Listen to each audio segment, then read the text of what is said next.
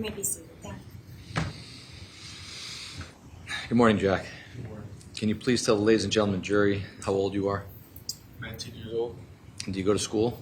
I do. Where do you go to school? University of Tampa. And what are you studying? Finance. And do you know why you're here today? I do. And why are you here today? Testify. In relation to what? The events that occurred on May 14th, 2022. And have we met before in connection to this case? Yeah. And can you tell me a little bit about the circumstances surrounding how we initially met?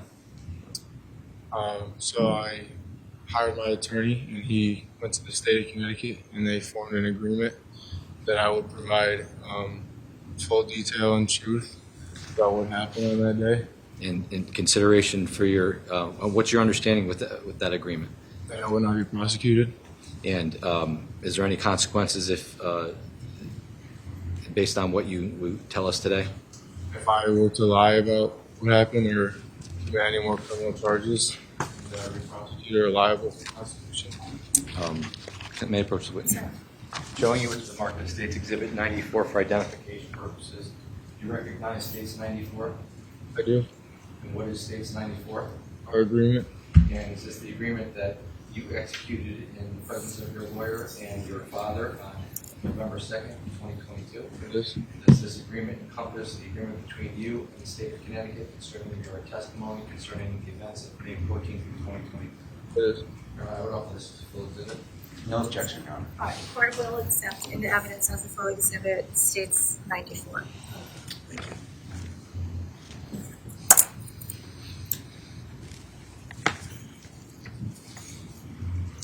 Now, Jack, I want to ask you, are you familiar with an individual by the name of Tyler De Silva? I am. How are you familiar with him?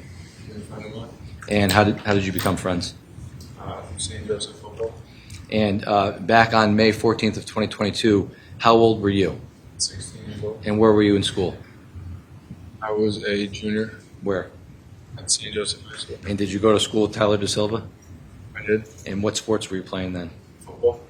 Are you familiar with an individual by the name of Raul Valle? I am. Does he have a nickname? Yep. And how are you familiar with him? He was also a friend of mine. And did he go to school with you at St. Joseph's High School? Yep. Is he present in the courtroom today? He is. What is he wearing? A black suit. And can you please point him out for the record? Your Honor, may the record reflect that the witness has identified the defendant in this case. Court will allow the record to reflect that the witness has identified Mr. Valley. Thank you. Now, I want to bring it back to the events of May 14th of 2022. There was a party at Lazy Brook that night. Prior to the party at Lazy Brook, tell us what you were doing. I was driving to go pick up Leo. And what were you driving? On the pilot. And you said you were going, is this State's Exhibit 30?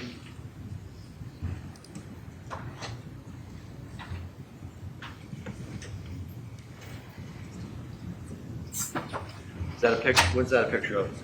On the pilot. Is that the car you were driving on May 14th of 2022? And you say you were going to pick up the defendant? Where were you going to pick him up? His house. Where's his house? In Milford. And what time of day would you say you were going to pick him up? Late at night. Probably around 9 p.m., 10 p.m. It was dark already? Yes. And when you got to his house, where did you go after that? I went to go pick up Tyler De Silva. And where does Tyler live? In Milford, Connecticut as well. When you picked Tyler up, was there any alcohol in the car? At that time it wasn't until he got in the car. Wasn't until who got in the car? Tyler. So Tyler brought alcohol in the car? What kind of things did he bring in the car? I believe 2 bottles of vodka. And when you left Tyler's house, where did you go? I think we went straight to the party. The party at Lazy Brook? Do you know whether or not you were invited to that party, you and your friends? And when you got there, around what time of night would you say you got there? 10 p.m., maybe a little bit later. And when you got there, how many people would you say were at the party? Probably 40 people, maybe. And what kinds of things were going on at this party? Just drinking and cup pong, stuff like that. So when you say drinking alcohol? You know, Was alcohol being provided at the house, or was it bring your own like alcohol? bring your own alcohol. And when you got to the party, were you drinking? I was. Were you drinking prior to getting to the party? I was. And when you got to the party, how long were you withdrawn? Did there come a point in time where you were under the impression that you guys had to leave? We were. And when you were being told to leave, did you encounter two individuals that you were not familiar with at that party? And can you tell us a little bit about how that happened? So we were under the impression that we'd be able to stay at the party if we removed people who were also uninvited. So when these two individuals came, I didn't know who they were, and we were told to ask them to leave. So we went up to them and we just told them they weren't welcome there, and they needed to leave. When you were at the party at Laserbrook, between the time you got there and the time those people came, how long of a period of time was that? Maybe 30 minutes, 45 minutes. And when you got there, do you recall what you were wearing that night? I believe a red sweatshirt. Do you recall what the defendant was wearing that night? I believe a jersey. Show your State's Exhibit 53. Can you identify the people in State's 53? I can. And who's the person on the left in the red sweatshirt? That's me. And who's the person on the right? That's Lito. And is this what he was wearing on May 14th of 2022? It is. I noticed he's wearing a helmet and a neck pillow. Did he come to Laserbrook like that? He did not. Can you tell us the circumstances surrounding how that he came to be wearing those items I think he just found them maybe in the mudroom or in the garage or something. and just put them on? Did he put them on almost immediately when he got there? I wouldn't say so. Maybe 30 minutes, 20 minutes after we got there. So shortly before the two individuals that were also not invited, at least that you're aware of, arrived at the house? So when you encountered these individuals, tell us about what happened during your interaction. Well, let me withdraw. Did you have an interaction with these two individuals when they came? Tell us about that. So one of them was holding a case of beer, and we said that he'd be able to stay if we took his beer or he gave us his beer, and he didn't want to give us his beer. So the conversation started to get a little bit more aggressive, and we moved from the garage to the driveway, and that's when I took his beer from him. Okay. You took his beer from him? And when you took his beer from him, did the, not what was said, but was there another more interaction between you and the individual you took the beer from? And what was that like? I think he squared up with me initially, and then I squared up with him. So you were going to fight for the beer? Is that good, right? And do you recall how the fight started? I do. And how did the fight start? After we squared up with each other, Lito came around and hit him in the back of the head, and then he lunged forward at me. And how long did the fight last for? 30 seconds. And do you recall when he lunged at you, did you recall what happened after he lunged at you? I fell to the floor. And when you fell to the floor, do you recall if anybody else jumped in on the fight at that point in time? I think Tyler and Lito were helping me out while I was on the floor. That was about it. And how long did the fight last for? 30 seconds.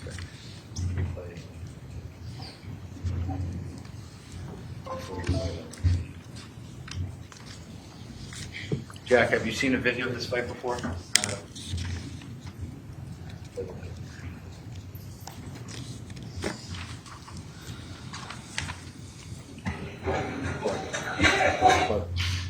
So Jack, is there a pointer up there? Can I? Right there. So you have your monitor in front of you. I'm going to ask you if you can identify this person in the red. Do you know who that is? That's me. The person in the green that it appears that you are fighting, who's that? That's the Shelton person that I was fighting. Is that the kid you took the beer from? Yes. The kid here with the dark pants, the light blue shirt, do you know who that is? You can rewind it if you can. Can you rewind it a little bit?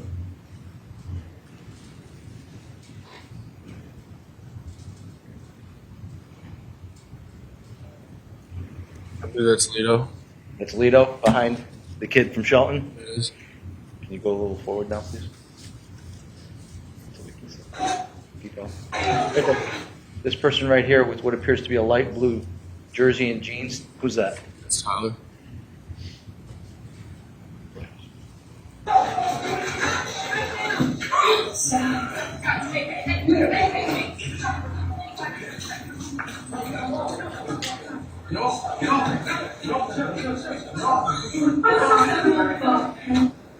Do you recall the fight happening that way? Yeah.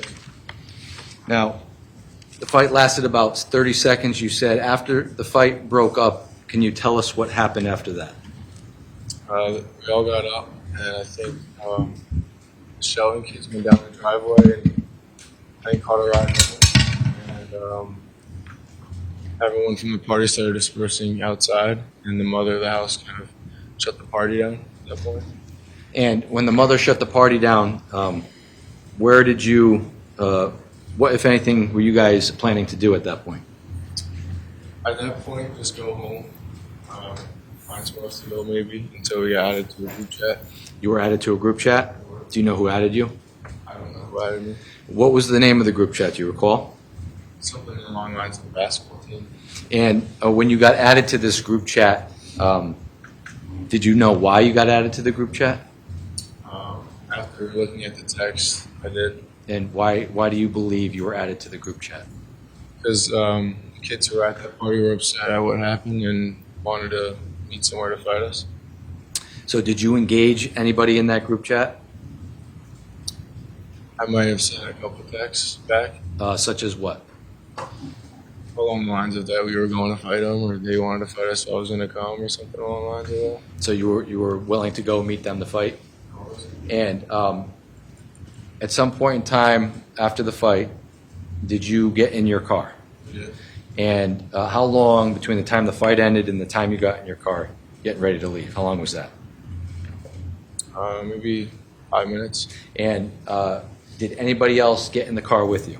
They did. Who else got in the car with you?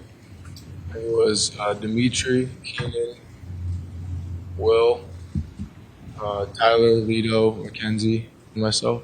So you said Dimitri and Keenan. Who's Dimitri and Keenan? Friends of ours. Did you go to school with them? And that would be Dimitrios Arfanis and Keenan Frasic. And you said Will. Who's Will? Will Singlewald. And did you go to school with him at St. Joe's? And you said Mackenzie. Who's Mackenzie? Mackenzie Traficante. And did you go to school with her at St. Joe's? And what was the significance of Mackenzie Traficante at that moment in time? She was dating Lido. So it was 7 of you in the car? It was. Who drove the car? Me. Do you recall who was in the front seat when you left? Tyler. And do you recall who was in your back seat? Everyone else. You don't recall where everybody was sitting at any particular time? When you left Lazy Brook, where did you guys head to? So in the group chat, I think they were initially planning on meeting us at Trumbull High School. That was what I was under the impression of. So we went to Trumbull High and expected to see a couple people there. And when you got to Trumbull High School, what did you guys do when you got there? We pulled in the parking lot, and there was a black BMW who apparently was one of, I believe, Keenan's friends, or someone in the car knew them. 2 kids, but they weren't who we were looking for. So we kind of just stayed in the parking lot for about 10 minutes or so. And when you were in the parking lot for 10 minutes, did you all get out of the car? I don't believe so. No one got out of the car maybe to go relieve themselves or walk someplace else, go talk to those kids in the BMW? We were conversing through the windows on our cars. And what kinds of things were you conversing about? I think we were asking them to come along with us to go fight. Okay, so that you made them aware of a potential fight that was going to happen? And were you having a conversation with the defendant when you were at Trumbull High School about what had occurred at Lazy Brook or this potential fight? I think it was in conversation. And what kinds of things were you guys talking about? So we were going to go meet these kids and fight them. And fight them? The intent was to fight them? Yeah. Now, you said you were there for about 10 minutes. After about 10 minutes, did you become aware that it was time to leave Trumbull High School? How did you become aware of that? In the group chat, somebody sent us an address and told us to go over to that house, and that's where they'd be. And did you, in fact, drive over to that house? You in the front seat driving? And who was in the front passenger seat? Tyler, so And when you got over there, do you recall what the house looked like when you got there? I just knew there was a driveway on the right and a front lawn. Couple of bushes. State's Exhibit 49. Does State's Exhibit 49 look familiar to you? It does. Is that the house that you went to It is. 14th of 2022? Yes. And do you recall, you're from Norwalk? I am. Do you recall your path of travel when you got to that house that night? Yeah, it was from Adams. It was from Adams?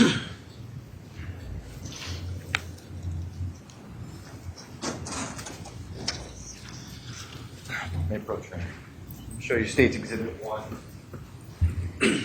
Now, when you say that it was from Adams, you're talking about this road here to the right of State's Exhibit 1? So you came in that way? And when you came in that way, what did you do? Did you drive by the house? We parked there at the end of the street. And when you say you parked at the end of the street, can you tell from State's Exhibit 49 where exactly you parked? Yeah, right on the right to the end. So right, if I put my finger, let me know if I'm in the right area, right around here? Right there, yeah. Okay, so if the record can reflect in State's 49, I'm at the bottom portion of the picture, just to the left of the trees that are on the property across the street from 43 Laurel Glen, near the intersection of Adams and Laurel Glen. Or to allow the record to reflect that. Thank you. And when you got there, did you see anybody outside of the property at that point in time? And when you got there, did you or anybody from your group indicate to anybody in the group chat that you guys were at the house? We did. And when that happened, what occurred when that happened? People started flowing out, probably from the backyard of the house. We saw them coming out the driveway, and they just head after head. And when you say coming back from the back of the house, do you know exactly what portion of the house they came from? I do not. But they came down the driveway? They did. And when they came down the driveway, did they approach your car? And when they approached your car, what was the lighting like out that night? It was dark. It was dark, but could you see in front of you? I couldn't tell faces, but I could see the outlines of people. Could you see, was there light from the house that was shining? Your headlights were on at some point, Yes. providing some light? Yes. When the individuals, did they approach your car? They did. When they approached your car, how close did they get to your car? Right up. They did touch my car. And were you familiar with anybody that approached your car at that moment in time? I wasn't.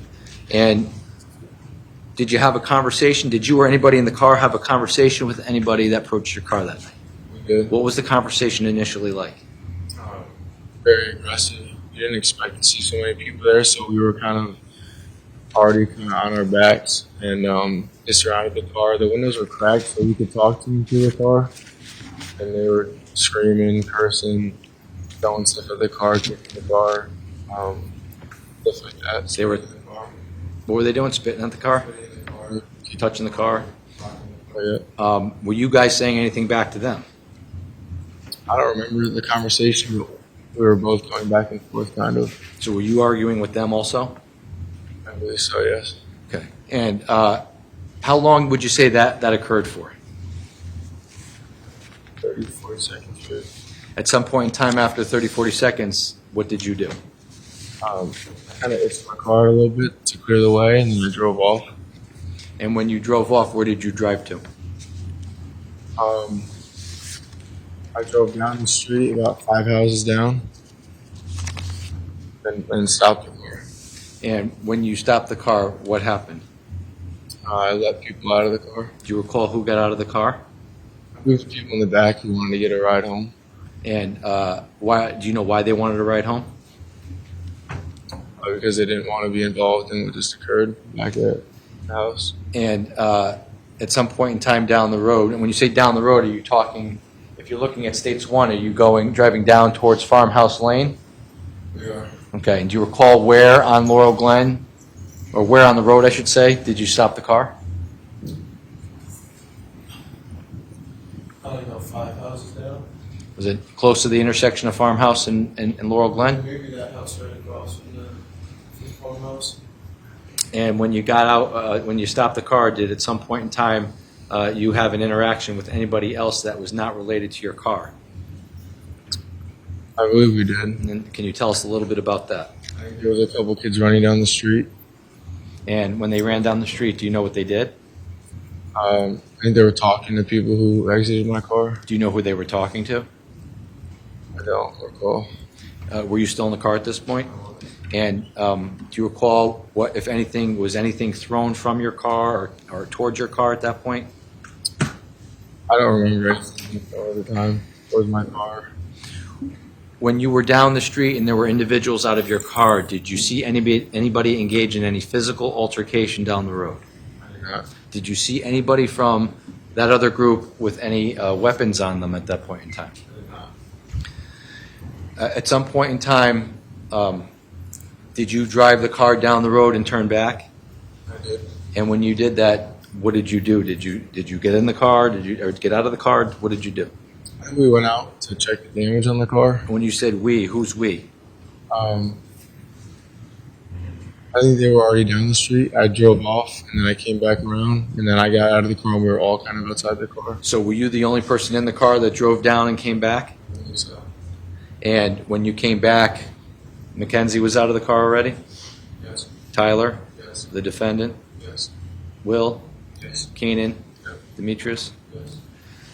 And when you got back, you stopped the car? I did. And when you got out of the car, what did you do when you were looking at your car? Just observing. What did you observe? Dents and nicks on the car and something on the windshield. Showing your state's 31, is this something that you saw on the night of May 14th, 2022? It is. By the way, what time would you say you got to 43 Laurel Glen on May 14th, 2022? You recall? Maybe 11:30. 11. So this defect in the windshield here, was that there prior to getting to Laurel Glen? It was not. So that happened when you got to Laurel Glen? Good. And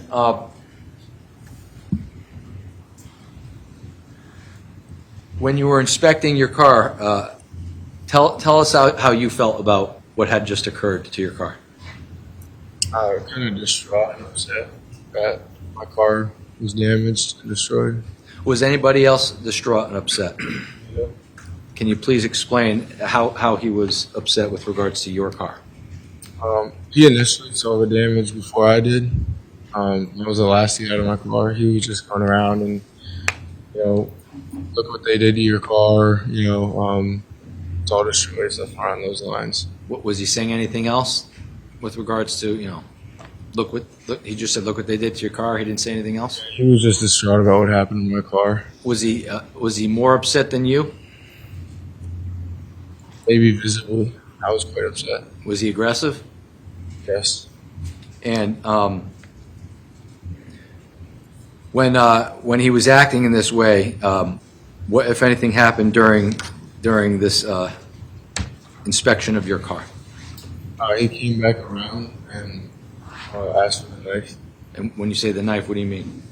I carried a pocket knife in the bottom of my center console, and it's always been there from when I got the car initially. Why was it there? Just any really reason I would need a knife, it was there, to cut anything. Whatever, just at the bottom of my center console. A bunch of random items were along with it, but I knew it was there. And when they initially surrounded my car, I had taken it out and put it on my waist. So you're talking about down in front of 43 Laurel Glen when your car started to get, When they were rocking the car and you took the knife out and put it on your waist? put it on my waist. And when you put it on your waist, did you open it up? No. Did you show it to anybody? And when you did that, why did you do that? Just because I didn't expect so many people there, and after seeing what they were doing to my car and how they were talking, I just felt like it was in regard to my own safety. I just took it out and put it down just in case anything were to happen.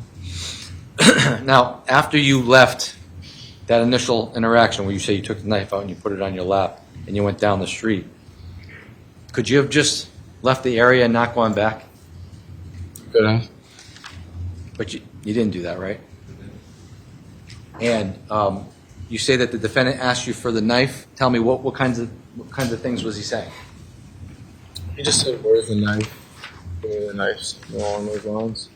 Did he say it in an aggressive manner? Not really. He just kind of asked for it. Can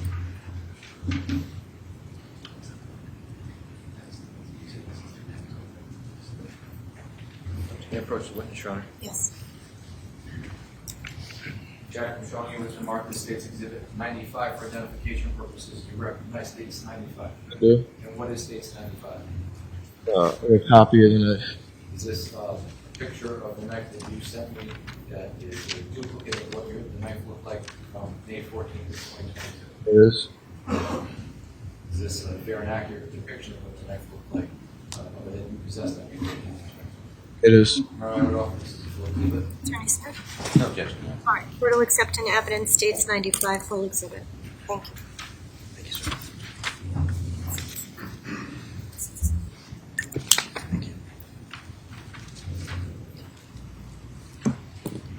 Showing you States 95, it's now been marked as a full exhibit.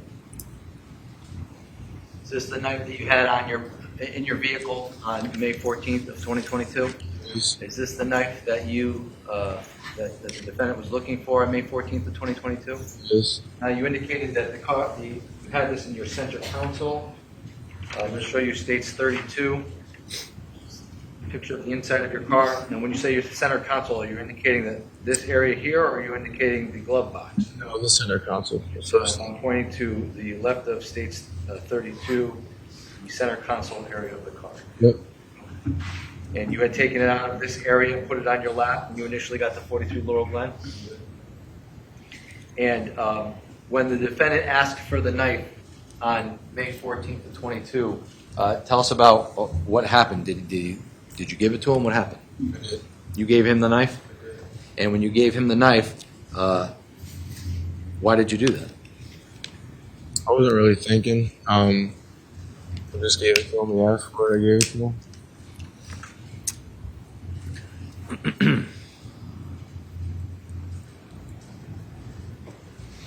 Now, is there any conversation between you or anybody else just slightly before or after you give the defendant the knife? Yeah, before. And what are you guys talking about? Tyler, maybe Lito, I think they knew people at the party. I didn't, but they wanted to go back because maybe they recognized a couple kids, and they were going to go try and talk to him, calm it down, maybe just make peace with him. That's the whole plan. And did you in fact get in your car? We did. Who got in your car? I got in the driver's seat, and Lito got in the passenger, and Tyler got in the back. And did anybody else get in the car at that point in time? No. And when you got in the car, where did you go? We drove up towards the lawn. When you say you drove up to the front lawn, States 49, can you show us in States 49 where you drove up? Right to the right of the red bush. This bush? That bush, yep. So you stopped here? And when you stopped there, what happened when you stopped there? Tyler and Lito got out. And where did they go? They started walking towards the crowd of people that was on the lawn. And when they did that, what did you do? I was at my window down, and I was kind of watching them, just making sure they were okay. And did you stay in that area? I stayed right parallel to them the whole time. Did you move the car up a little bit? I crept up as they walked up. And when you walked up, were you able to observe the interaction between Tyler and the defendant and the group from 43 Laurel Glen? It was dark out, but I could see what was going on. Now, prior to getting there, were you ever under the impression that were you told to leave and get out of here? Do you recall that? I can't recall that. Okay. Now, when you when Tyler and the defendant get out of the car and they're on the property here, they're on the property. What kinds of things was there any verbal interaction between the defendant and Tyler and the people from 43 Laurel Glen? Yeah, they were conversing, but it didn't sound aggressive at first. Show you States 4. Do you recall where your car was in States 4 when you noticed that they were conversing? Like a little bit in between the bushes, maybe. Would it be over here somewhere? Yeah, middle of the street. Middle of the street? Were there cars parked on the side of the street? Yeah. So you couldn't be near the curb, per se? Well, I was kind of in the middle of the street just watching. Okay. And you were in the driver's seat, car was on, you were looking over your shoulder? Yep. Through the window? The window. Window was up? It was down. It was down. It was down? And you said that you heard talking back and forth? Yeah. It was normal at first? And how long would you say it was normal for? 10, 20 seconds. And then at some point in time, did it escalate? It did. And can you tell us about that? Someone came out from the crowd and punched Lito in the face. And when that happened, what did you observe? Just all out chaos at that point. Did you observe where the defendant was after he got punched? Did you observe where Tyler was after that happened? At some point in time, do you stay in that area right as the fight's going on? The whole time. And at some point during the fight, does anybody come back to your car? Yeah, initially. And when he comes back to your car, does he get in the car? No. I think he opened the door. Okay. He came up to the door. And after he opened the door, what, if anything, did you observe him do next? He just went back. And when he went back, at some point in time, how long did he, from the time he left your car to go back, did he come back to the car at some point? He came back, went back, and then came back. Oh, yes. How long did that take, do you think? 10, 15 seconds. Did you see where he went when he left your car the first time? Or the second time, I should say? You didn't see him if he went back into the fight? You just... I think he went back into the fight. That's where we're at that. And did you see him engage anybody in the fight at that point? At some point in time, does the fight end? Or I think Lito got back in the car. first? He got back in first. And where did he get in the car? He got in the passenger seat. The front passenger seat? Okay, and at some point in time, did Tyler come back to the car? He came in after Lito. Lito got in the passenger seat and first, and he was like all distraught and said something along the lines of like, I think I just stabbed like 4 people or something like that, holding the knife. He said he stabbed 4 people? He was holding the knife? And how soon after he said that did Tyler De Silva get in the car?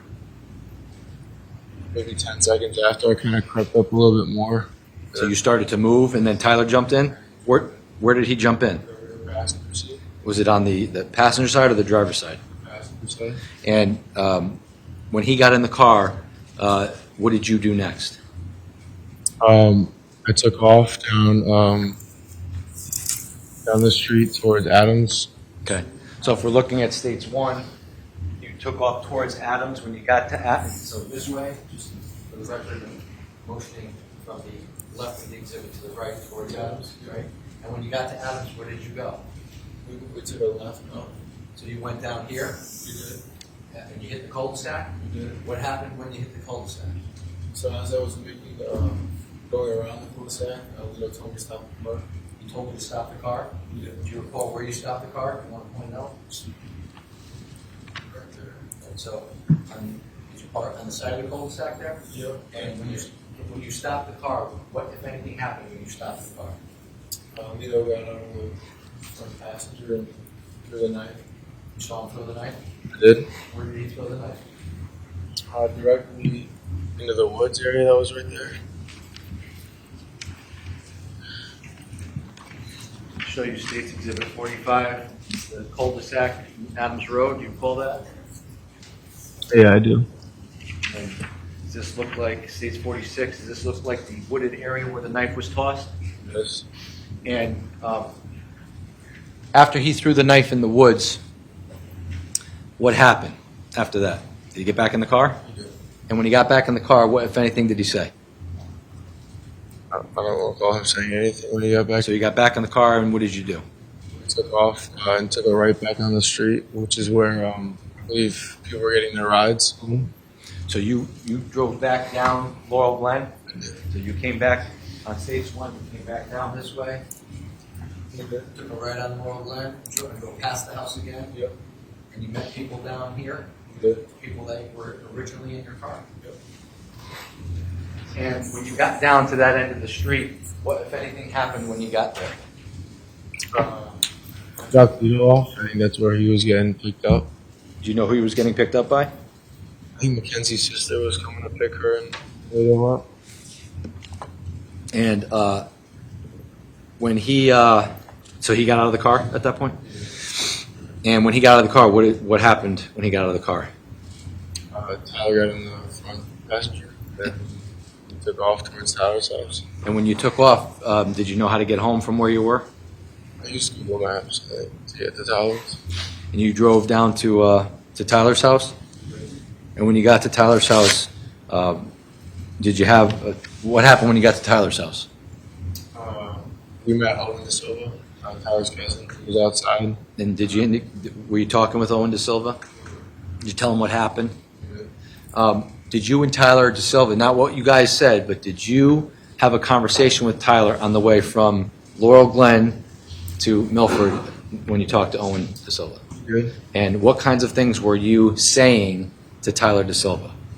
I kind of told him that Lito said something like, "Oh my God, I think I stabbed people" or something. We were talking about his injuries because Tyler was all bloodied up and in bad condition. How did Lito appear? Did you get a good look at Lito? He was also pretty bloodied up. They were both kind of beat up. Yeah. And did you say anything else when you were talking, when you were going to Milford? The conversation was kind of along the lines of like, how are we going to get back at these people? Because like, at the time we had no idea the severity of the situation. Like when Lito said like I stabbed people, I'm thinking like he's on the ground and maybe hit someone in the leg or something and got out of it and got back in my car. So it was kind of like the tension was kind of still there. And in the group chat, kids were still texting in the group chat. So it was kind of just still kind of aggressive between the groups. So we were just kind of talking about like how we're going to get back at these guys. And you didn't understand the severity of it? I just thought we was going to jump or something and we were going home. And did you text anything in the group chat after the incident at 43 Laurel Glen? I did. What did you text? I guess said something along the lines of like, enjoy the hospital visit or something. And at some point in time, you talked to Owen DeSilva. Do you stay in Milford that night, or do you leave? I go And you go to home, and home back to Norwalk. And when you go back to Norwalk, when you get home, do you have any conversation with anybody when you get home? Yeah, my father. And did you tell your father what had happened? I did. And not what he said to you, but what was his appearance to you when you told him what had happened? He kind of looked shocked and kind of gave me the impression that this was going to be something more serious than I kind of thought it was. At some point in time, did you have another conversation with another family member? I did. Who did you have a conversation with? My cousin, And who's your cousin? Mike Fiorio. And you talked about what had happened at 43 Laurel Glen? Mhm. And at some point in time, were you contacted by the Shelton Police Department in any way? Was it how close in time was it from the time of the incident to the time Shelton Police Department contacted you? I think it was that morning. And did you talk to the police at that point in time? My father picked the phone up and just told him that we were hiring an attorney. So you hired a lawyer at that point? And again, that was May 15th of 2022? Yeah, we were saying. And at some point in time, do you recall in consulting with your lawyer and your father or your parents, do you recall wanting to meet with the state's attorney's office with regards, or the state Shelton Police Department and the state's attorney's office with regards to this incident? Yep. And is that when your lawyer approached the state's attorney's office to give us potential information about this case? In particular, where the knife was discarded?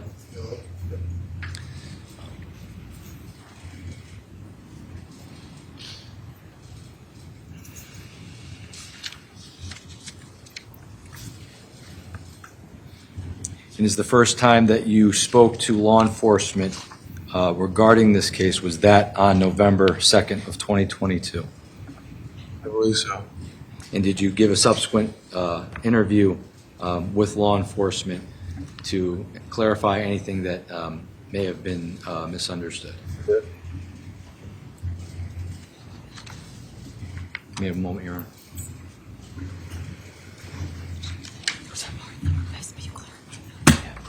I have no further questions, Your Honor. Thank you.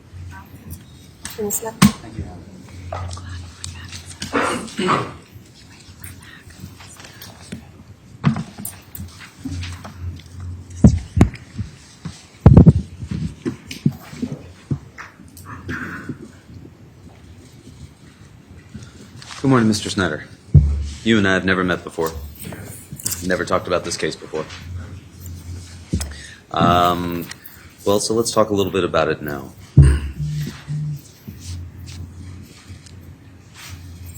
You told us that the evening began with you picking up Mr. Valle and Mr. De Silva in your Honda Pilot that evening sometime, correct? Yes. And then you took everybody over to 5 Lazy Brook Road, correct? Yes. And that's where you had been invited over to the Lifer's house, right? No. No. We weren't invited. I think we just got word that there was a party there. Okay. Who'd you get that word from?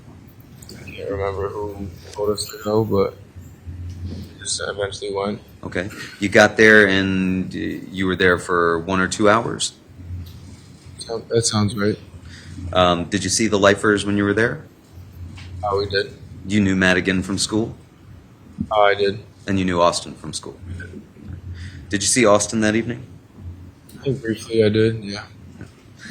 You said there were maybe 40 people there when you got there? I believe so. You'd been drinking at the party and beforehand, Yes. but you didn't bring the alcohol. That was Tyler De Silva who brought the alcohol. Yes.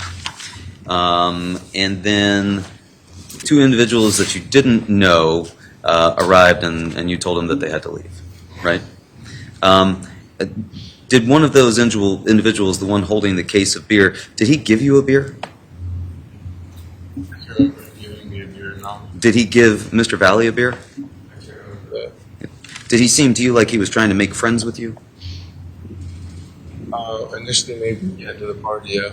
at the end of the party? No, to get into the party. To get into the party. Gotcha. And you told him that he needed to give you that beer. Yes. A dispute broke out about whether or not you were going to actually get that beer from him, correct? Yeah, it was about like him giving us the beer, and then in turn he'd be able to stay at the party. Well, you say giving us the beer. You were the one asking for the beer, right? Yeah, You were the one who was talking with this individual, right? we all were. Okay. Tyler De Silva was talking to him? We all were, yeah. Me, Alito, and Tyler. Okay. And yet, the person that squares up, that's you, right? Yes. Because you're the person who took the beer from him, right? So would you agree that you were the person that was having the most direct interaction with Mr. Heinz? I would. And you later come to find out that that person was Ryan Heinz? Yes. And you said that you moved to the driveway, and that's where you squared up and you had the fight, right? And you guys were moving around in that course of that fight? We were. The video that we watched, that doesn't catch the initial stages of that fight, does it? I believe it does. I don't think the fight started until into that video. Okay, that catches the very beginning of that fight? It does. So you guys had not begun fighting until you got out into the driveway? Yes. And people sort of formed a circle around, right? There were some folks watching. And it was just you and Mr. Heinz that were going to have this square off. Yep. And you said Mr. Valle came around and hit him in the back of the head, right? And that he lunged at you, Ryan Heinz did, yeah. or you lunged at him. No, Ryan Heinz lunged at me. Sorry. So Ryan lunges at you. You'd already taken a punch at Mr. Heinz at that point. I know that. He tackles you to the ground. He's on top of you. Yes. A group descends and tries to break that thing up, right?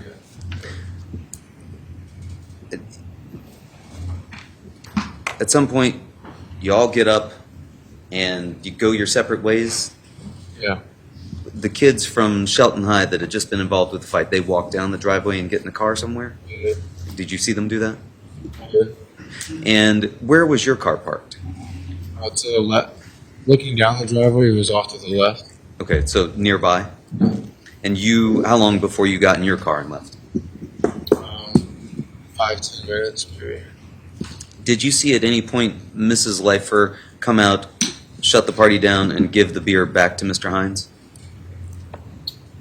I remember her coming out. I don't remember her giving back the beer. Okay. In any event, you didn't have the beer anymore at that point, correct? You said after that the plan was to go home, right? It was. When you say go home, to your own home? No, I was going to be sleeping out that night. Where were you going to be sleeping that night? Most likely Tyler's. Tyler DeSilva's. And as far as Tyler DeSilva, that was a close friend of yours? Do you remain close friends? And would you say you were closer with Mr. DeSilva than you were with Mr. Valle? I would. I think that's fair to say. Okay. You weren't going to sleep at Mr. Valle's house that night? It was possible, but I think the plan was to sleep at Tyler's. Okay. That's where we frequently slept out at. And you said at some point you got added to this basketball group chat, right? Correct? Yes, correct. Sorry, we've got the court reporter here, and you have to say out loud something she can't get. Okay. You didn't create that group chat. Mr. Valle didn't create that group chat. Mr. DeSilva didn't create that group chat. But you got added to it. Okay. When you got added to it, was Mr. Valle also added to it at that same time? I'm not sure if he was at it, but I knew a couple of us were. I'm not sure exactly who, but we were all kind of talking about it. Okay. Who else was on that group chat? There were probably a good 20 people in it, and about probably 3 or 4 of us in it. So it was majority kids that I wasn't aware of. I didn't know. So when you were looking at that group chat, you couldn't see the names of the folks that you didn't know. You just saw numbers. Is that fair? Yep. But you quickly got an understanding of who those unknown numbers were, right? And you understood that that was the kids, at least some of the kids and kids who were related to the kids that you had just gotten into the fight with, right? Yep. Because you said that there was, your understanding based on what they were texting was that they wanted you to fight with them, right? And you sent text back indicating you were willing to do that, right?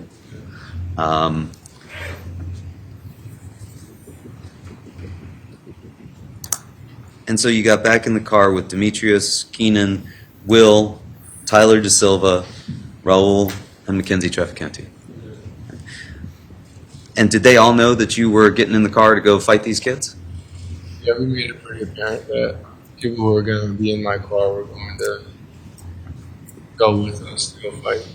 So Mackenzie Trafficante knew that you were going in the car to go fight? Objection as to what she knew. Sustained.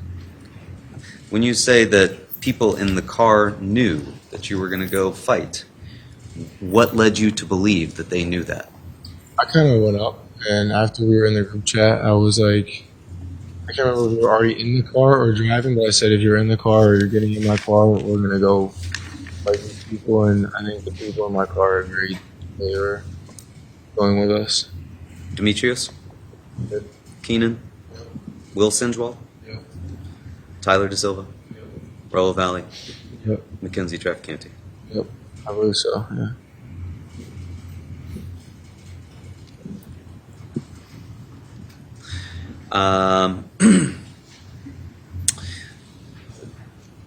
You told us you were driving and that Tyler DeSilva was the passenger at this point, right? Yep. And so you got in the car and you went over to Trumbull High School. We did. And there you said that you were expecting to find the kids who were using this basketball group chat to invite you to fight, right? They weren't there. You said there was a black BMW there? Black or blue? I think it was a dark colored. Could it? You don't think it was a white BMW? I don't think so. I don't remember being a white one. Okay. It was dark. I think so, yeah. As far as the time of day, it was dark that night. Yes. And the people in that BMW, those were people that your group knew, right? I didn't. I believe someone in my car knew them. Okay. And you said you were there for 10 minutes, nobody got out of the car. don't remember that. I didn't get out of the car. What were you doing in the car? On my phone, probably. Music on? Most likely. Car running? Yep. 7 of you in the car talking through the window, you told us, to the other vehicle. Was there another vehicle there with a group of girls in it? I don't remember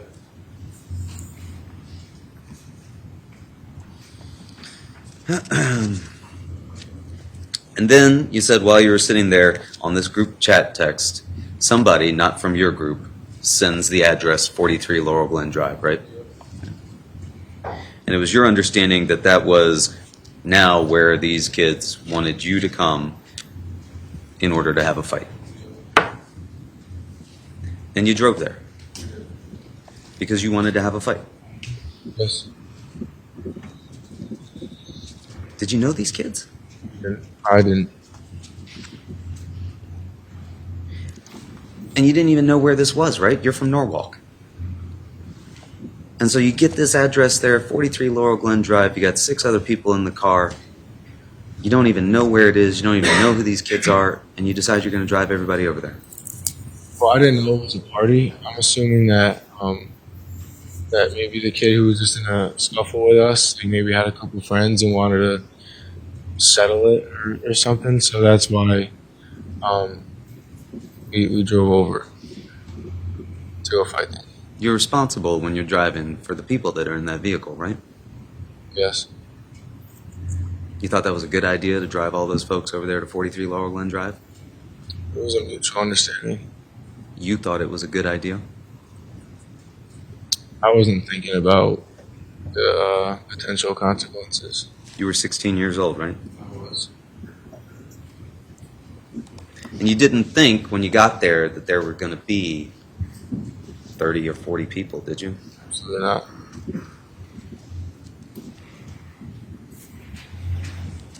And you didn't know where it was. You had to GPS it, right? Yes. And it was a kind of confusing layout when you got there because there's through roads and cul-de-sacs, right?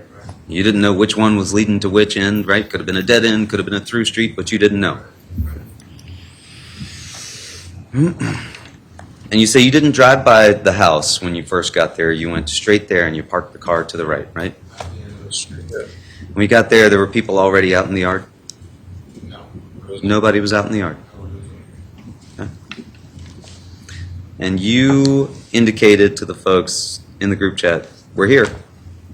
Yep. And then people started coming out of the house, right? Yes. One person came out of the house, right? Yes. Quickly followed by a second person, right? Yes. Then a third person, right? Yes. Then a fourth person, right? Yes. A fifth, a sixth, a seventh, an eighth, right? Yes. At that point, you're outnumbered now, right? Yes. A ninth, a 10th, an 11th, a 12th, right? Yes. Now what are you starting to think in that car? We're not going to be fighting anymore. You're not going to be fighting anymore? Why not? It didn't seem sensible at the time. It wasn't what we expected to see when we initially arrived, or were going to arrive. You weren't in control of that situation at that point, were you? No. Drove all those folks over there, parked them. Wasn't what you expected, was it? It was getting scary, wasn't it? It was. It was getting terrifying, wasn't it? It was. You worried about what was going to happen now, I bet. It was. How many people do you think ultimately came out of that car, out of that house? Maybe 30, maybe a little bit more. All came over to your car. Yes. 7 of you in there, and 30 on the outside, right? Yes. Surrounding the vehicle, right? Yes. And at first they came up to the driver's side, some of them, didn't they? They did. And you had your window down? I had it cracked, I believe. Cracked. Didn't want to put it the whole way down at that point, right? And people started coming up and started talking to you through the window, right? Yes. And you say at first that was peaceful. I don't think it was peaceful at first when they all kind of walked up. Everyone was kind of screaming. I think I heard something along the lines of like, "Where's the kid who did this to me?" If it was someone from the party from before. That was Ryan Heinz, right? He could have been. I didn't see his face. He spit at you. Yes. Did it make it into the car or just on the car? I don't think it hit me, but I think it made it into the car. There's people in front of the car. There's. There's people on both sides of the car. It's true. There's people behind the car. True. Some of those people get on the car. That's possible. I don't remember anybody getting on top of the car. Do you remember the car rocking? I do. Do you recall if somebody was on the back bumper jumping up and down? It's possible, but I wasn't. I'm going to overrule it. Thank you. I wasn't really looking at the back of my car. I was kind of focused on what was going on in my area. Why didn't you just drive away? I did eventually, but I didn't want to, run anybody over. So I kind of started itching my car out a little bit, and then people started eventually making way. Yeah, that's You fine. couldn't just pull away, right? If you just pulled away, you'd have hit somebody who was standing directly in front of the car, right? You'd hit somebody who was on either side of you, possibly, right?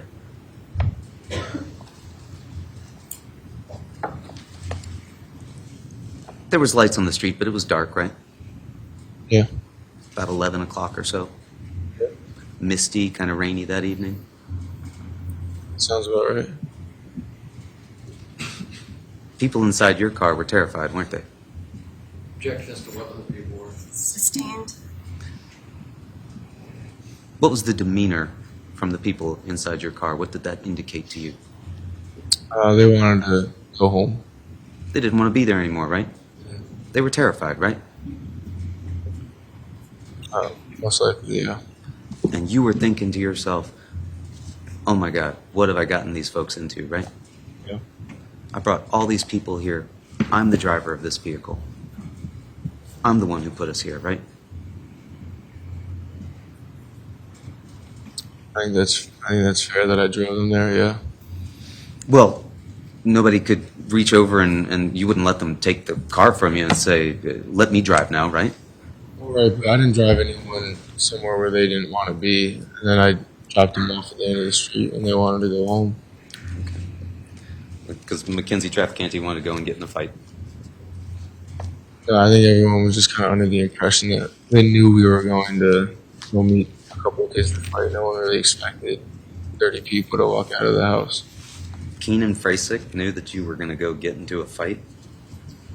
Objection as to what Keenan. Sustained. Something about Keenan's demeanor indicated to you that he wanted to go along for a fight. I think I made it pretty apparent before we got in the car that that's what we were going to do. Something about Demetrius Arphanis' demeanor indicated to you that he wanted to go get into a fight. Again, I think I told the people that getting into my car, that's what we were planning on doing. You know Keenan? I did. How close were you to Keenan? We weren't super close, but we were teammates. Teammates on the football team. Demetrius Arphanis, was he a teammate on the football team? Yes, it was.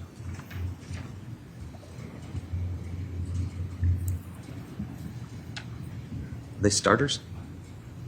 I don't believe at the time of the incident, no. How many people were on the driver's side of the car?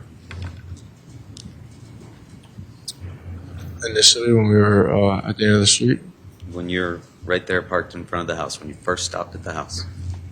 there was a crowd of people. I don't really know how many.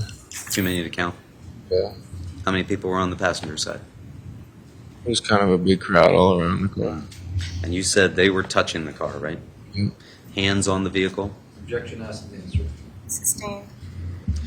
Were they punching the car? Objection as to the answer. I'll allow it. I believe so. Throwing stuff at the car, kicking the car, stuff like that. At some point, the windshield gets smashed Yep. while you were there in front of the house, Yep. while these people are surrounding the vehicle. Are people inside your car saying anything? Objection as to what they said. I asked, are they saying anything? I'm going to overrule the objection at this point, just yes or no, relative to the question. Please ask the question again. Are people in your car at this point saying anything? Yes. And did that indicate to you that they were scared? Yeah, I think we all were. In fact, you were so scared, you reached into the center console where you knew you kept the pocket knife, right? That's true. And you did that because you were so scared, you thought, I might need to defend myself, right? You thought somebody might smash this window, right? They just smashed the windshield. What's going to stop them from smashing my window, right? And I'm stuck here in this vehicle, can't move forward because there's people surrounding it, right? And you thought, what am I going to do if people reach into this vehicle after smashing my window and pull me out of it, right? So you reached in and you grabbed the knife out, right? And you told us you put it on your waist. Did you mean you put it in your lap? Yeah, that's what I meant. Okay, because you didn't like take it and use the clip to put it on your belt or something, right? You didn't put it in your pocket, did you? You didn't think, well, it's right here in the center console. If I need it, I can get it out at that point, right? It was kind of buried under a bunch of random wires and stuff like that. You didn't know what these people surrounding the car were going to do, did you? But you were scared enough to think that you needed that knife, right? Of course. Mr. Valle didn't know about that knife, did he? Objections to what Mr. Valle? Sustained. Had you ever told Mr. Valle about that knife? Never came up in conversation. Never came up in conversation. You had never told him about it, did you? No. There wouldn't have been a reason to. So as far as you knew, he had no knowledge that that knife was there. Objection as to what he did. Sustained.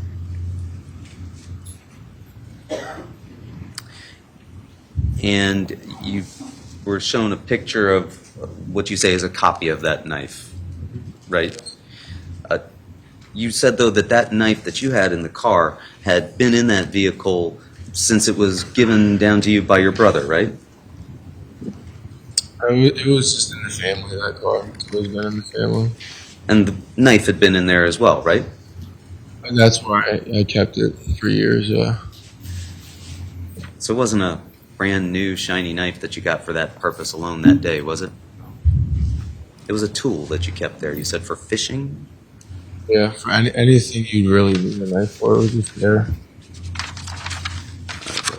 Were you raised as somebody who was told, you know, it's useful, helpful to have a pocket knife when you need one? I just think a knife is useful in a lot of, random scenarios in life, just something to have, yes.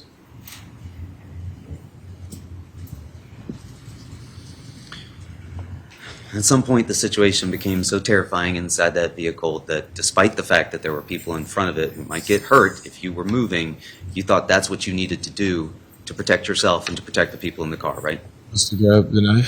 Was to, well, you already had the knife, but now you thought, I've got to move this vehicle. Even if these people in front are going to get hurt, we might get hurt if I don't, right? And so you move the vehicle forward. People backed off of it, or they stayed off, they fell to the side? What happened? When I started hitching the car forward, revving it and pushing it forward, people started dispersing a little bit, so it made a path for us to just kind of speed right off. You saw a path and you took it. Car took off down the street at a high rate of speed, right? Yeah. And then you drove back and forth, up and down the street, right? I don't remember that. Throwing things out the window at this group, right? I don't remember that happening. That didn't happen, did it? You drove down, some people got out of the car around that area where you showed us on Exhibit 1, right? And in fact, do you recall that people from the party were now chasing the vehicle down the street as you were driving away? Initially, yeah. In fact, when you let these folks out, or when they got out of the car when it first stopped, a group of these Shelton kids were coming down chasing them, right? I think so, yeah. And you could see that at least in your rear view mirror, could you not? And then you drove the car off up ahead, correct? And at that point, you were alone in the vehicle? I believe so, yeah. And you drove up and you went and you turned down Farmhouse Lane, right? No, I think it went down straight. Down to the end of Laurel Glen? Yeah. The dead end, I think it is. Okay. We can't see that dead end on Exhibit 1, can we, behind you? No, I don't believe so. It extends a further way down there, right? So you lost sight of the people that you had just dropped off at some point, did you not? You couldn't see them anymore because you had driven down to the end of the street, right? And you thought, oh my God, I just left all these folks at the street that I just drove them to with this crowd of people that just attacked the car, right? You were scared for them at that point, were you not? I turned around and I went back. You went back even though you were scared? Yeah. What did you think was going to happen if you didn't go back? That calls for speculation. Let me check that. So, You were worried if you didn't go back that your friends were going to get hurt, weren't you? Yeah. That's fair to say.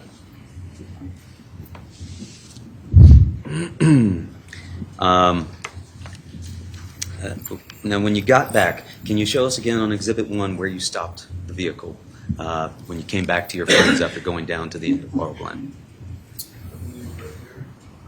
Near the intersection of Laurel Glen and Farmhouse? Okay. And where at that point, and when you stopped the car, you got out at that point, right? And where at that point was Keenan Frasick? I believe on the curb, I think. Did he come over to the vehicle? The vehicle was kind of right up to it. I don't remember him walking like up on top of the vehicle, but he was around, I guess. Did you talk to him, or did he stay on the curb?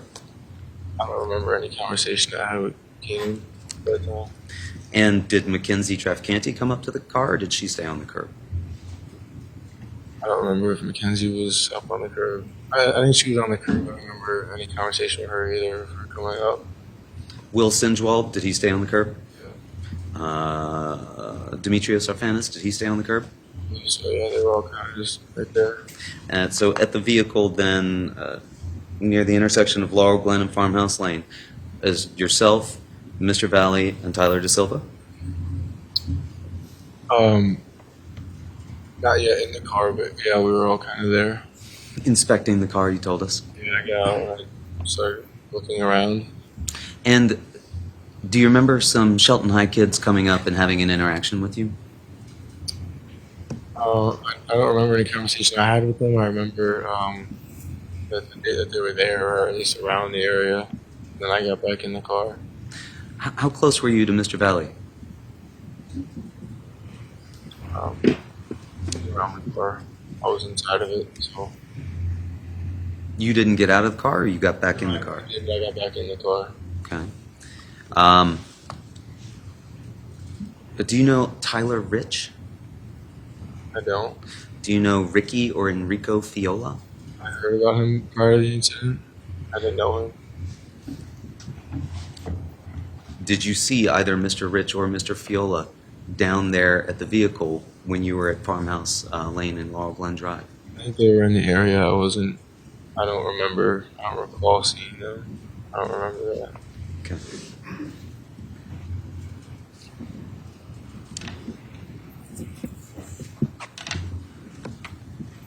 And you've told us that there was some discussion down at the car about the damage, right? Yeah. You told us you were upset about the damage, right? I was. Yeah, I was going around looking at the damage on my car. You told us you were distraught about the damage, right? How I explained this to my parents, stuff like that, thinking about damage, insurance, all that. And you didn't know any of these kids at 43 Laurel Glen Drive. I didn't know. But you knew that the kid that you'd gotten in the fight with at 5 Lazy Brook was there at that party at 43 Laurel Glen Drive, right? Yeah, I didn't see him particularly, but I kind of got the impression he was there from what they were kind of screaming and stuff, and why we were there in the first place.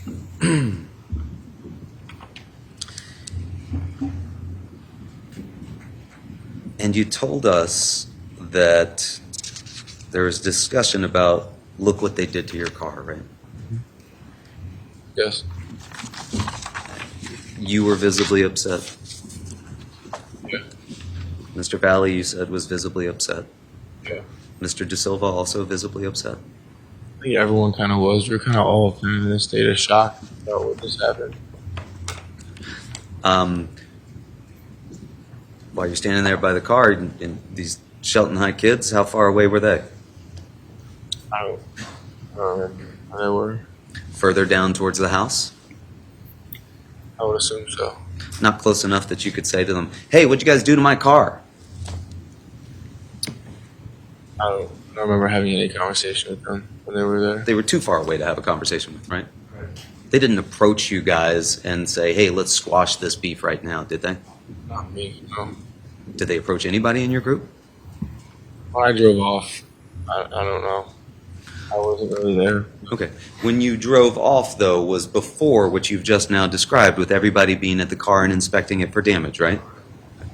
So when you're at the car inspecting it for damage, you didn't see any of these Shelton High kids come down and have a conversation with you guys as you're inspecting the car, did you? I didn't have any conversation there.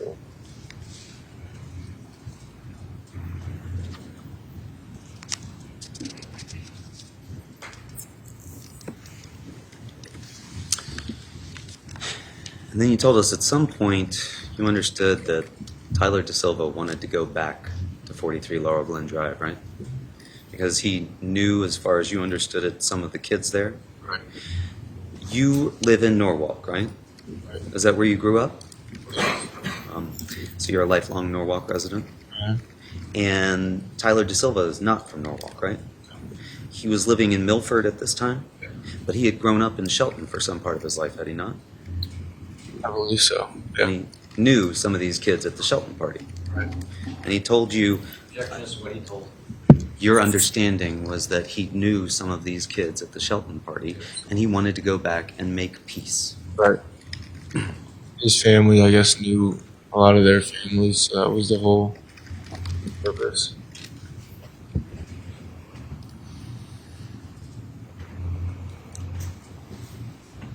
And at this point, you could have just left the area, right? Could have. You could have hopped in the car and said, everybody, let's go home. This is a bad idea, right? Yeah. You were 16 at the time. I was. How long had you been driving? Maybe 8 months, 9 months. Were you supposed to have these kids in your car? I was not.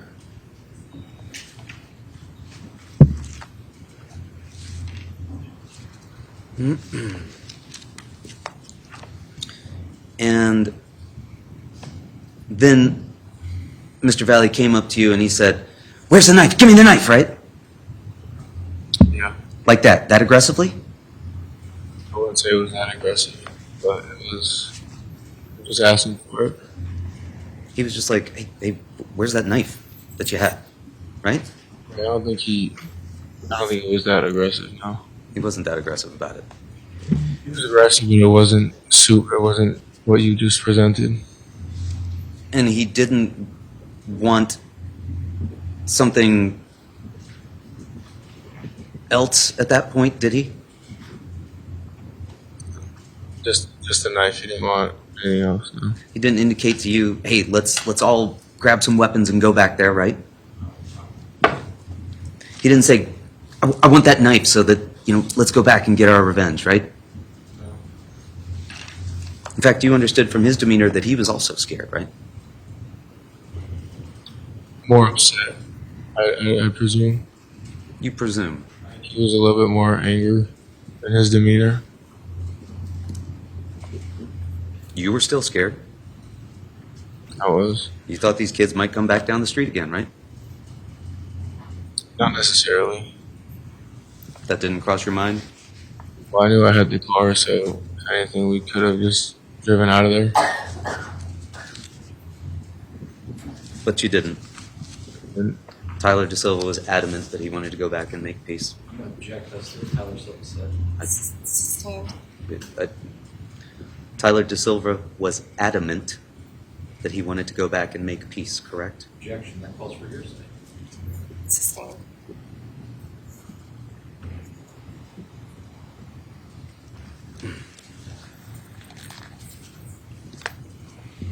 You understood that Tyler DeSilva wanted to go back and make peace? Yeah. Humanly, though. You understand? People there.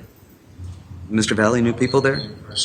Both of them at the time knew people from Shelton since they were from Milford. Okay.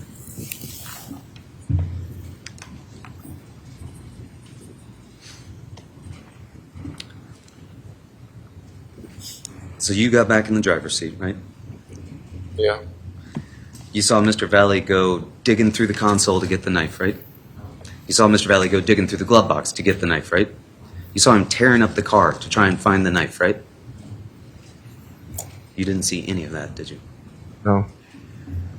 You gave it to him? When he asked for it. He opened the blade to inspect it, right? No. Took that knife and he got it ready, right? No. Took that knife that you gave him and he put it in his pocket, right? I believe so.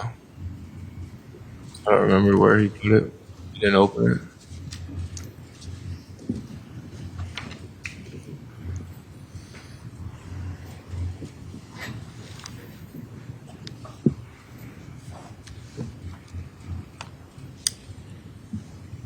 And you understood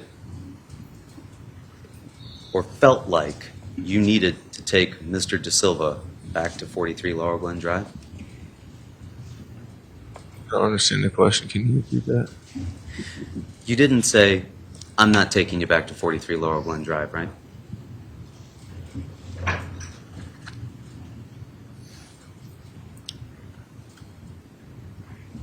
All three of you get back into the car. You say that Mr. Valle got into the passenger side Yes. beside you, and that Mr. DeSilva got in the back Yep.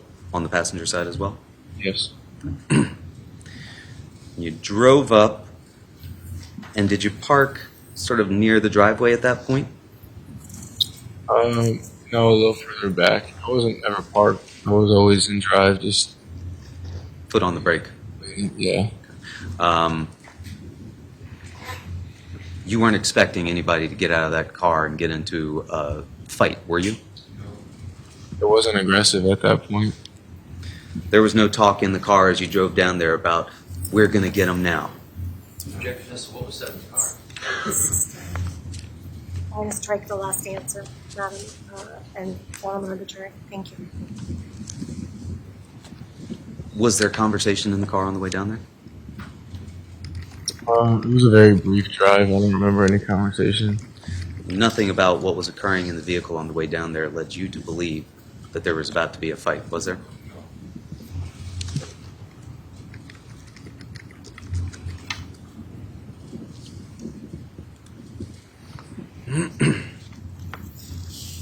And as you got there, you're in the middle of the street. There's cars parked on both sides, correct? Yeah. And you stop the car. Yep. You don't put it in park, but you keep it running and got your foot on the brake. You see Mr. DeSilva get out of the car. Right. You see Mr. Valle get out of the car. Right. Mr. Valle doesn't have the knife in his hand at that point, does he? I don't remember what he had in his hand. I just know they both got out of the car and just started walking towards him. Not in an aggressive way. Not screaming threats at the people that are already in the yard, right?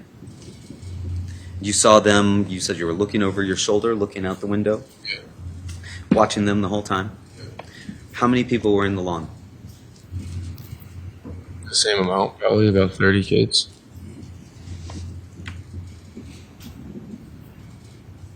Your two friends get out and they walk up, right? You can see them approach these 30 kids. Those 30 kids swarm forward to meet them. Right. They start getting aggressive with these two kids, right? I don't remember getting aggressive until someone punched Lito. It was kind of cordial, I guess, initially. Okay. Maybe somebody in the crowd screaming or something, but it wasn't a fight at that point.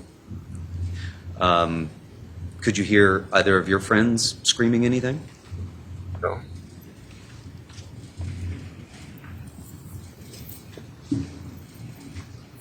Did you see either of your friends approach them in a fighting posture?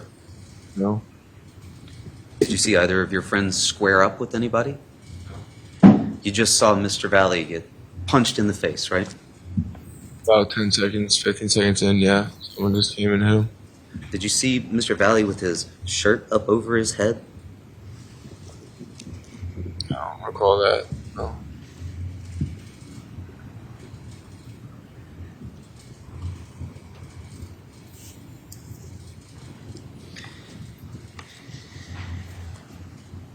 And you told us that once Mr. Valle got punched in the face, chaos broke out, right? Right. You couldn't see Mr. Valle anymore, could you? You couldn't see Mr. De Silva anymore, could you? But you could see bodies moving and rolling around, right? And it looked like 30 people had descended onto 2 people, did it not? Yeah, I did. You could see punching and kicking going on, could you not? I did. You could see stomping going on, could you not? Yeah. You were scared for your friends at that point, were you not? I was. Terrified about what was happening to them, right? I was. So scared that you didn't even get out of the car, did you? I wanted to be there just in case they got out so they could get in my car and we could leave. You didn't want to go get into that scrum, did you? I felt like I'd be more helpful just as the way to escape rather than jump in. So I stayed in the car. You didn't know if your friends were going to come out of that fight, did you? I hope so. But you didn't know, did you? No. You didn't know what was going to happen when 30 took on 2, did you? No. That was practically the whole Shelton High School football team, wasn't it? That's fair to say, I guess. You were so scared, you didn't want to get out of that car, right? Objection asked to Sustained. Because it was terrifying to watch, was it not? Objection asked to answer. Sustained.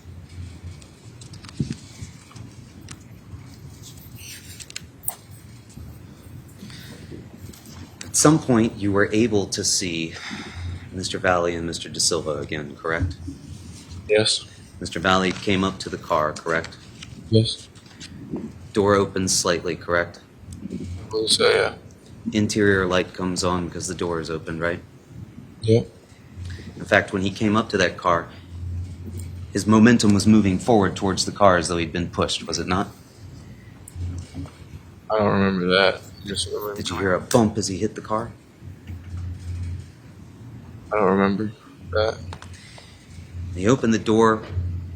Could you see his face? I don't remember what it looked like at that moment. It was kind of real quick. You didn't see Mr. De Silva anywhere, did you? You could still see that a fight was going on, could you not? I did. Could you see what appeared to be flashlights or phone lights at that point? I believe so, yeah. When you saw Mr. Valle, but you didn't see Mr. De Silva, you were terrified about what had happened to Mr. De Silva, were you not? Yeah. You wondered if he was going to get killed, didn't you? Yeah.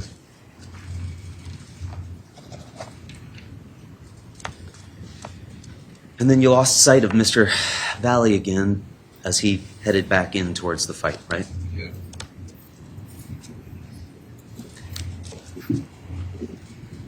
You saw Mr. Valle go to the yard, right? He left my car. I think he went towards the yard. And at some point, as he got onto the yard, you couldn't see him anymore, could you? No. But you could still see that those 30 kids hadn't gone anywhere, right? Everyone was kind of still scattered along the line, along the lawn. And then at some point, you saw Mr. De Silva come back to the car. Yes. He gets into the car, right? Right. And you can see him at that point, right? I can. And you told us he's been battered, right? Yeah. He looked beaten and bloodied, right? You could tell he had obviously been injured in the course of the fight where you lost track of him, right? You said Mr. Valle got back into the car, into the passenger seat, right? You said he was all distraught, right? Good. What was distraught about his face?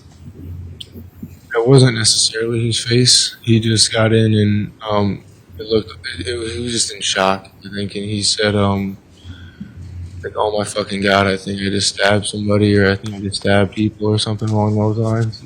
He didn't say, man, I just got us payback for what happened, right? Objection. Oh, No, he didn't. He didn't seem happy about what had happened. He seemed distraught. Yeah, he looked in shock, yeah. Still scared? Yeah, probably. Objection to probably, that's cultural speculation. that's the answer. The question was already asked. I'll allow it. Thank you.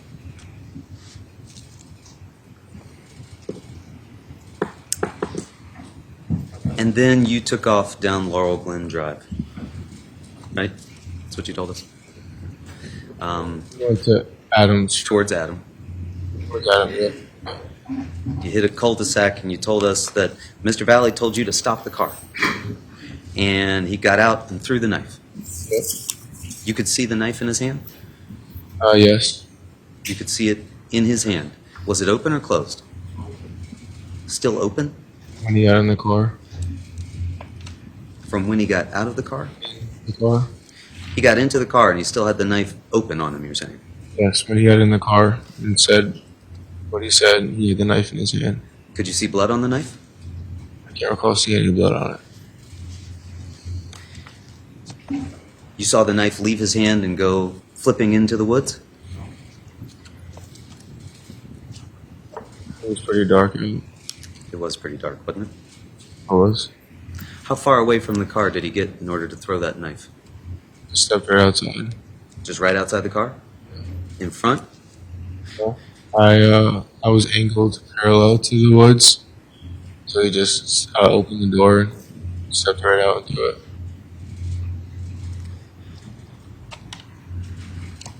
He said he got back into the car at that point and didn't say anything. Yep. You drove back down to Laurel Glen Drive where the people you had left were still there. Yes. And some of those people got into Madison Traficante's car, Mackenzie's sister. Her sister arrived around the same time we were driving down. Mr. Valle got into the same vehicle. Tyler gets into the front passenger with you. Yes. You had to use Google Maps to get out of there, right? Because you didn't know where you were. And then you went and you met Owen De Silva? Yep. Where was that? At Tyler's house. Tyler's house. And you said when you saw both Mr. Valle and Mr. De Silva, they were both beat up and bloodied up, right? Yeah. Well, there was no conversation in the car about what had happened. It was just, how are we going to get back at these guys? That was kind of what was going through my head almost. I'm not sure about Tyler, but that was a conversation we were talking about majority of the time.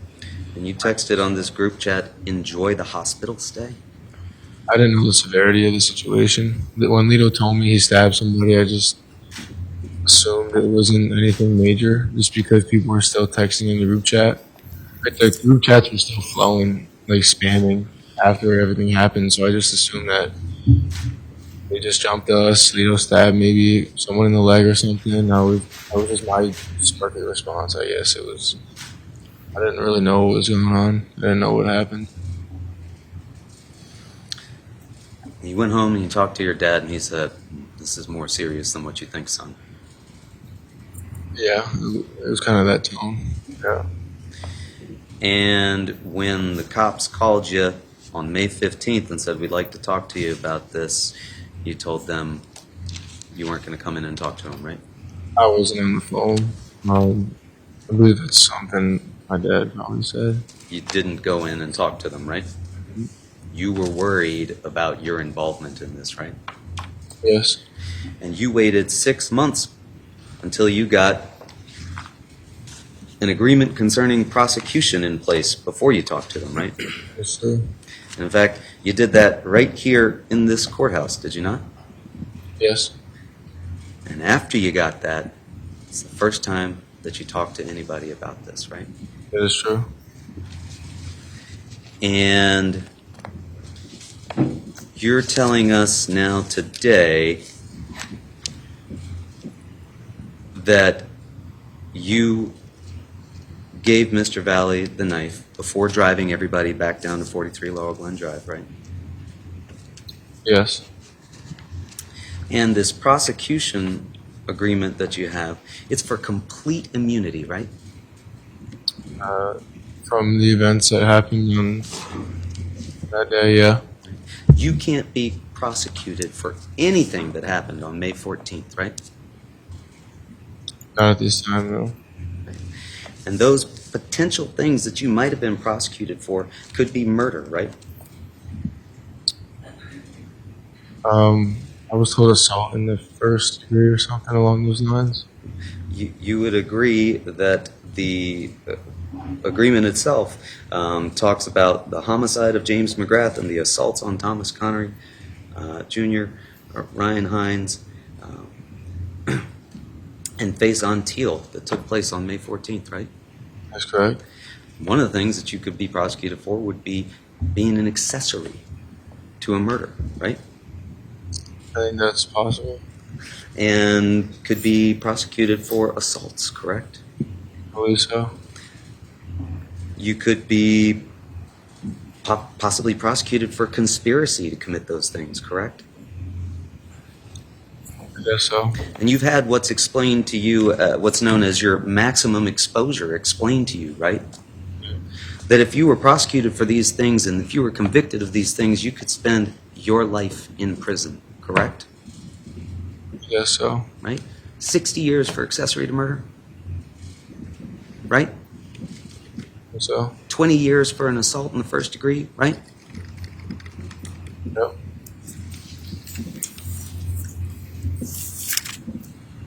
You didn't want to tell anybody your involvement in this case until you got that in place, right?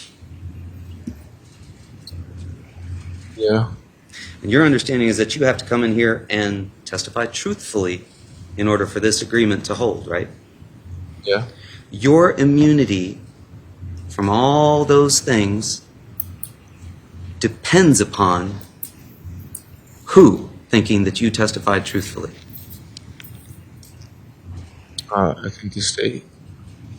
Not me, right? I don't make that decision, do I? The state's attorney makes that decision, right? I believe so. You got to come in here, testify truthfully, or you could find yourself prosecuted for all those things. I believe so. And so you gave them a statement on November 2nd, right? And then they told you, you know what? We want to talk to you again. And you talked to them again on November 28th, right? Yes. Because they wanted to clarify some things, right? Yes. They wanted to clarify the timing of when the knife was exchanged, right? I believe so. And they wanted to clarify why your phone had been reset on October 1st, 2022, before you spoke to them, right? Factory reset, right? No. I had water damage in the phone, and I got a new phone, and I think the iCloud messed up. Syncing between my mother's and mine. Our texts are kind of merged. Nothing was deleted, but they couldn't find the group chat. I removed myself from the group chat after the event happened. So by the time you went and talked to the officers after you'd gotten your immunity agreement in place, your phone had been reset. It wasn't reset. It was a new phone altogether? I got a new phone, but everything was still on it and intact. That's what they told you? We want to come in and clarify why your phone is everything and intact? I didn't respond. I didn't respond to anybody texting me for the first month, 3 weeks to a month after everything happened. But people were texting me, so they assumed, I think, that I was removing messages that I was sending back when I just wasn't responding. So I think they wanted to have me come in and just explain why there weren't any texts on my end. I was advised not to text people.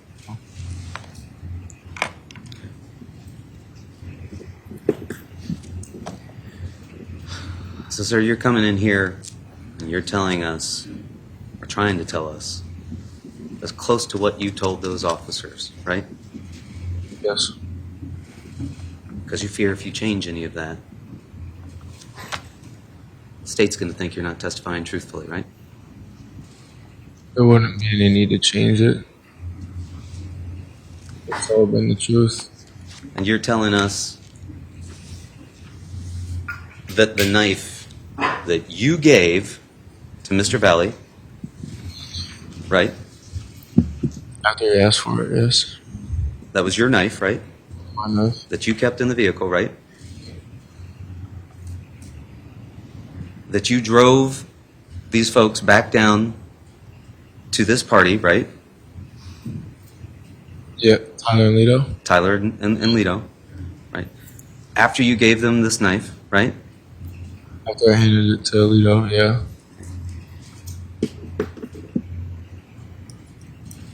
And now you're telling us that the knife was thrown by Mr. Valle. Yeah. That's why we can't find the knife, right? I would assume so. Sir, it's not that you needed to get rid of that knife because, again, for 6 months you didn't want to talk to anybody about this, right? No?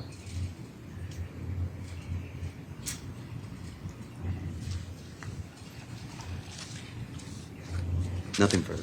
Thank you. Attorney Durso. Jack, counsel just asked you a little bit about the group chat. You indicated on cross-examination that you removed yourself from the group chat. Why did you do that? I wanted to disassociate myself from everything that happened on that day. So once you understood the severity of what happened, you got out of the group chat? So what happens when you remove yourself from the group chat on your phone? What happens? I think it just deletes it off my device, but I think, and it says something in other people's phones, like I've left the group chat. Left the group chat? So in other words, if you wanted to go back into the group chat, you couldn't do it? I couldn't unless I was added back into it. Is that something that is saved on the cloud for some reason or no? Do you know? I think it would be. It would be? Okay. And with regards to, tell me the circumstances surrounding you getting a new phone. Why did you get a new phone?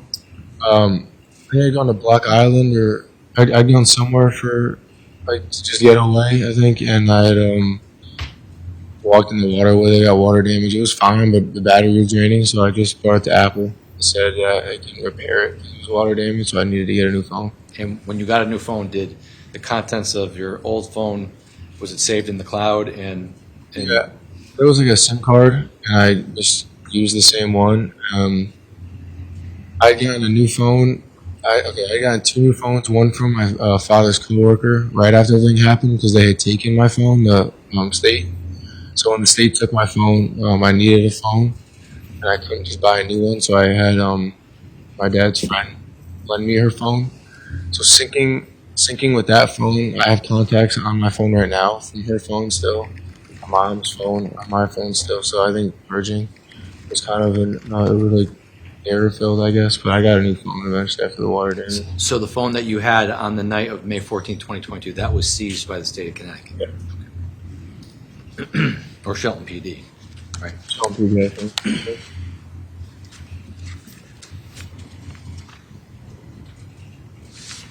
And with regards to, you were asked a little bit about going over to 43 Laurel Glen. When you were driving over there, you told people, or at least the discussion in the car was apparent that you were going there to fight. Yes. And what was your understanding about going there to fight? Did you think you were going to fight a couple kids? Yeah. It was going to be like a 3-on-3 fight? That's what I assumed it was. Right. Now, the fight back at Lazy Brook, that was 3-on-1, right? That was you, Lito, the defendant, and Tyler on Ryan Heinz, right? Yeah. Right. So that wasn't really a fair fight, but you think you were going to go to 43 Laurel Glen to kind of hash it out and have a fist fight? Right. Were you going there to going up 43 Laurel Glen to use any weapons in fight, or was it going to be a fist fight? Fist fight.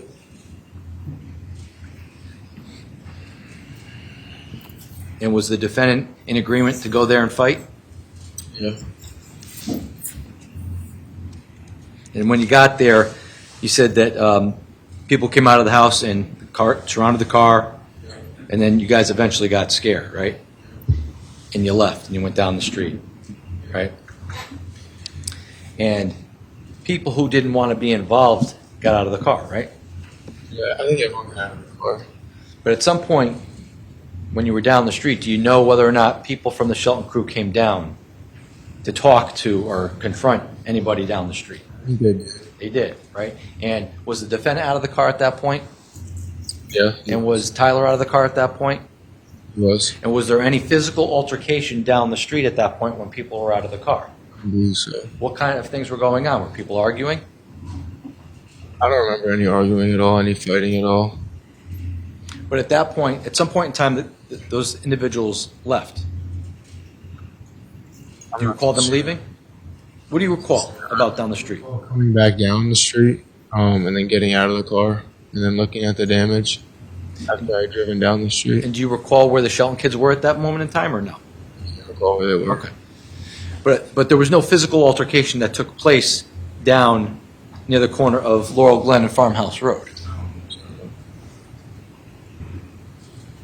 Nobody complaining about we just got beat up, right? No one said we got beat up. No physical altercation. Did you observe anything?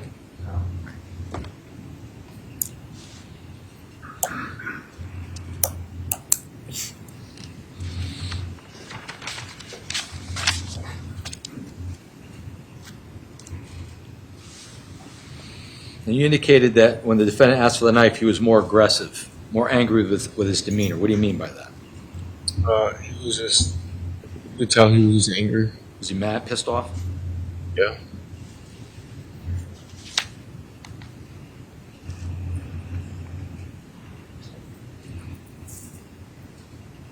Where do you, before you gave him the knife, do you know where it was before you gave it to him? I think when I had gotten out of the car initially to look at the damage, I just put it down on the, not the center console, but the area right in between it, the radio. Showing you states 32. So you're talking about this area here? Yeah. So it would have been just below the radio area? Yeah. Just, that's a whole platform right there, so I knew we were right there. By the way, while we're looking at states 32, in order to drive your car, put it into drive reverse. Is that up here on the Yeah. column? Yeah. Okay, so this isn't one of those cars where it has the lower. It's up on the column. It's a lower, that's also a compartment, but it's also like a platform. But in other words, if you have to drive this car forward or backwards, the gear shifter is on the column. Yep.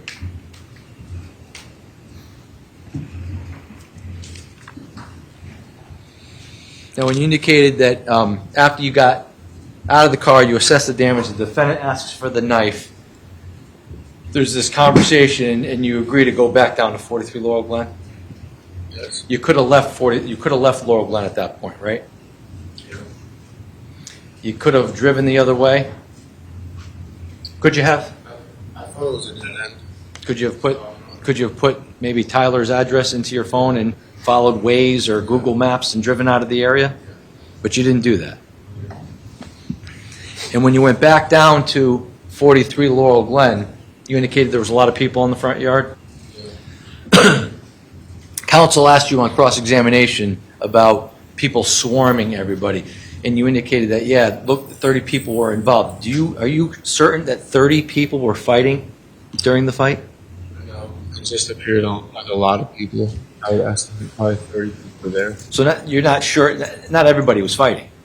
I don't think so, but Were there a lot of people watching?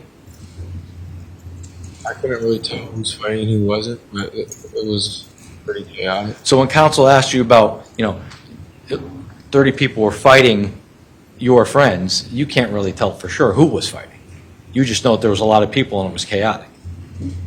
Right. I didn't know who individually was fighting, but I knew that there was a lot of people there. Yeah. Right. So when he indicated that it could have been, 15 kids on each person. It could also have been 2 or 3 kids on your friends. You just couldn't see, right? No, I saw more than 2 or 3. All right. Yeah. But it wasn't all 30. No, I don't think so. Now, when you get down to the Adams Drive and the defendant throws the knife, he doesn't say, let's get out of here, let's go. That's possible, but I don't remember the conversation. Really. Now, with regards to your immunity agreement that the defense counsel brings up, did the state of Connecticut approach you about your testimony in this case? I believe so. I think my attorney did. Your attorney approached us I think so, yeah. because you had information for us. Yep. And with regards to your exposure in the case, was it explained to you that you could be paroled on certain crimes if you were convicted because of your age? I believe so. Yeah.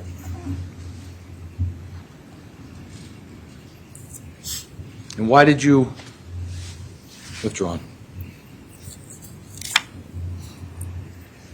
In your understanding about your agreement is what? My understanding of the agreement Of the agreement with the state of Connecticut is what? is that I gave a detailed explanation on what happened, the truth on what happened, and that I wouldn't be prosecuted for it. And is that explanation from your perspective about what you remember happened on May 14th of 2022? Yes. No further questions. Any additional comments? Just briefly. You were just asked, the state didn't approach you about this prosecution agreement, right? Right. Your attorney, I guess, approached them and said, hey, can we get a prosecution agreement here? I believe so. I think my attorney went to the state. State's attorney didn't come to you and say, nope, sorry, son, we got to arrest you. We're not giving you an immunity agreement, right? No. Objection is what the state's attorney said. State's attorney didn't say, no, we're not good. The state's attorney didn't refuse to give you this immunity agreement, did they? I don't believe so. No, you signed it, right? In this courthouse, right? Nothing further. Anything else? Nothing.